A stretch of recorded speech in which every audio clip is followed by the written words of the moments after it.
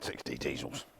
So what we are obviously supposed to have been on today is me CT, Frenchie MOT, on me van. Now I have done all of the changing bits that a fella needed to do for a CT, and then I booked it for 9 o'clock Saturday morning.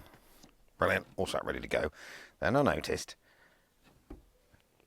the passenger side rear that the spring bolts, U-bolts, holds back axle to the springs, looked a bit loose, so I tapped on it, definitely loose. Thought,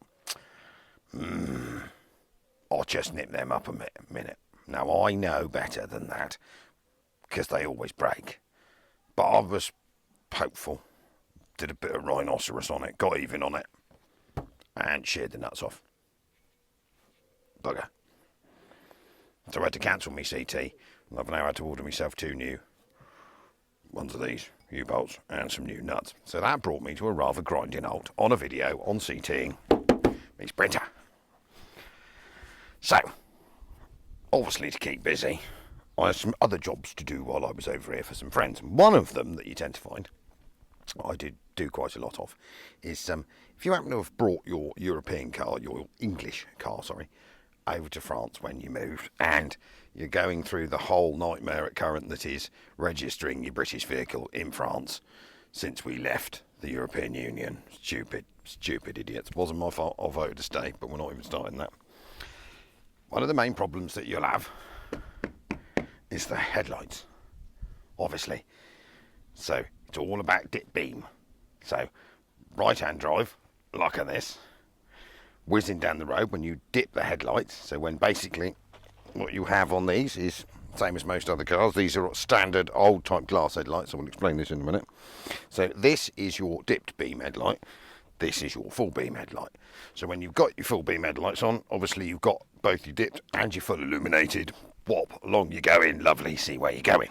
And when you dip your headlights, they don't technically like move or anything. You knock this outer bulb out here, which is your full beam, so you go back to your original dip beam. Now on an older vehicle like this, you've got a glass headlamp lens, and obviously some of the later vehicles like the Kangoo over here, you've got a patinated plastic headlamp lens, and as you'll see, this one is has been done. So basically this refractor on this lens when you dip takes the problem is that in theory when on dip beam you get a shine this side. Now everyone seems to think that's like a bulb position. No. The idea of it is to illuminate basically the sort of pavement and to the side of you, this side, or sorry, I'm talking out my arse, that side. As you dip on a right-hand drive vehicle, they'll dip this side away from traffic, and the pattern of the light is shone over here so that you can see curbs, pedestrians, bits and bobs better, obviously, not shining dead in front. Now these glassy type of headlights, like these Sprinter ones, you can buy a pair of them brand spanking new for like 100 quid to convert your left to right. The Kangoo ones are about 100 quid, not difficult at all. Then we come to a whole new world with more modern vehicles, especially the Mercs, where we get into bi-xenon projector headlights. Bi-xenon projector headlights are expensive things. So I will swing the camera around in a minute and show you exactly what I'm doing, and I'm going to give you a really useful piece of information that you can't find anywhere online or in your handbook. No one will tell you, but I will, and I'll save you a stonkingly large amount of money if you're taking your British vehicle, moving to France full time, or also will save you them stupid rubbish headlight stickers that you have to stick on the front of your Merc with your posh bi-xenon headlights to cancel out that illumination to the left-hand side of the road when obviously you're going to be blinding the poor sod coming at you. Right, you will see here, I've dismantled this for quality purposes. You can do this without doing all of this. It's quite difficult and you need to be very good on the arm backwards manipulating type of stuff. So this is a 2008-2009 W211 V6 diesel E-Class. This is a British car. And you'll see, when my friend brought it over, bought them stickery things that you're supposed to stick on your lights to go from left to right. We'll just take that off because we don't need these. So, these are Mercedes by Xenon headlights, little prisms, and obviously you've got a Xenon headlamp bulb with a big charge pack thing bolted under the bottom. So this is your dipped beam, this is your full beam, yep. But obviously they don't go one on, one off, they both come on to give you loads of light, as we said a minute ago. So this, oh, I'm going to have to peel that. Could wait at the end of the video to peel that off.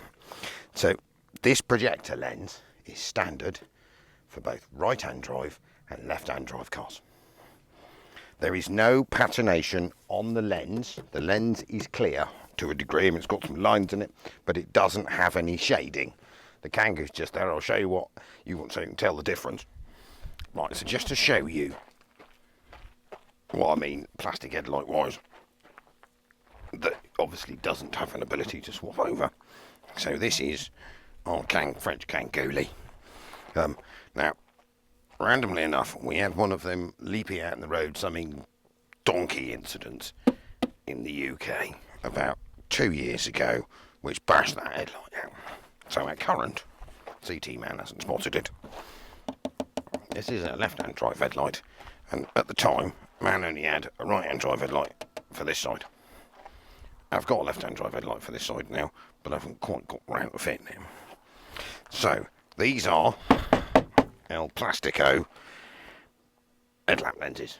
So a bit similar to the ones in the E-Class, but not. So this one, as you'll see, has refraction bits in it.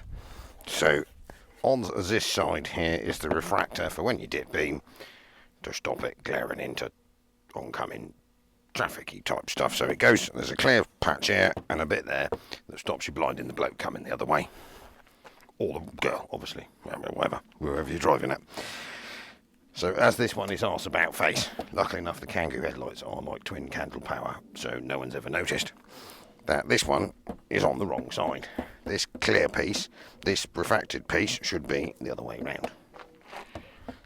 See what I'm going on about? Probably don't, but that's how it works. There is no piece here to knock the light out from going left or right. So these headlights, if you need to buy a set to convert, or you think you need to convert your modernish E-Class, C-Class, whatever, from left-hand drive to right-hand drive, they're about £1,000. Second-hand from Germany. It's quite a lot of money. This is the facelift one, the earlier ones, 400 or 500 quid. You don't need to do that.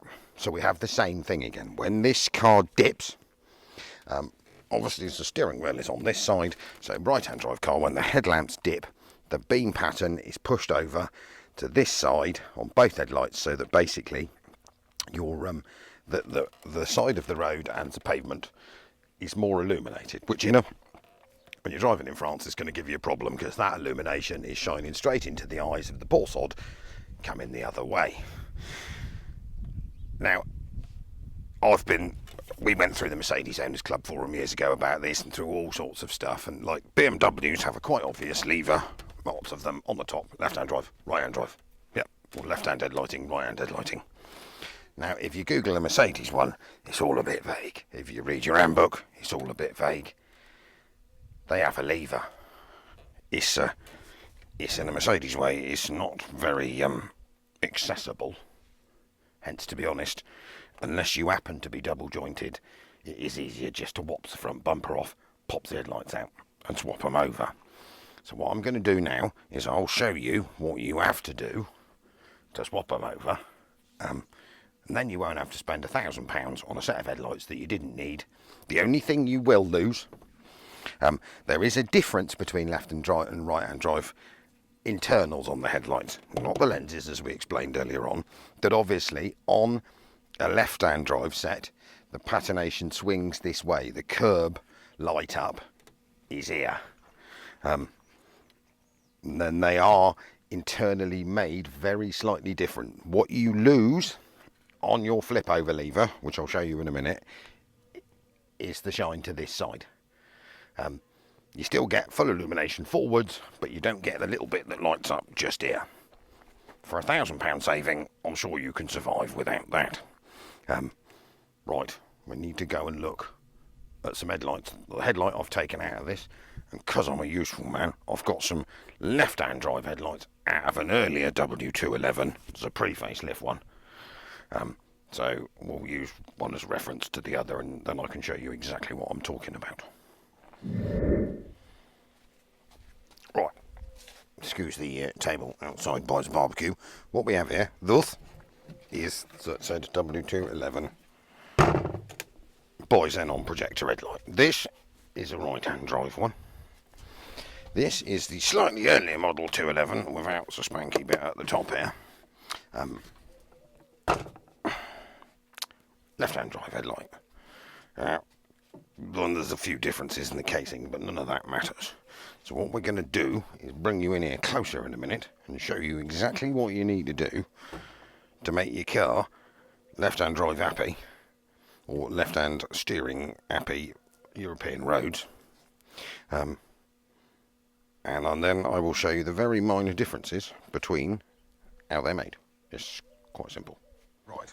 So if you look inside, obviously we've taken the charge pack and the HID out.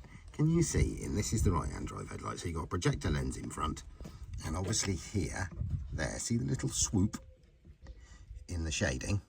So that is the difference, left to right. So we come over here to this left hand drive one. Can you see the swoop, with my finger on there, swoop is on the other side. So that's like your curb illumination, and obviously would be your dip, your more light into oncoming traffic. Left hand side, left hand drive, right hand drive.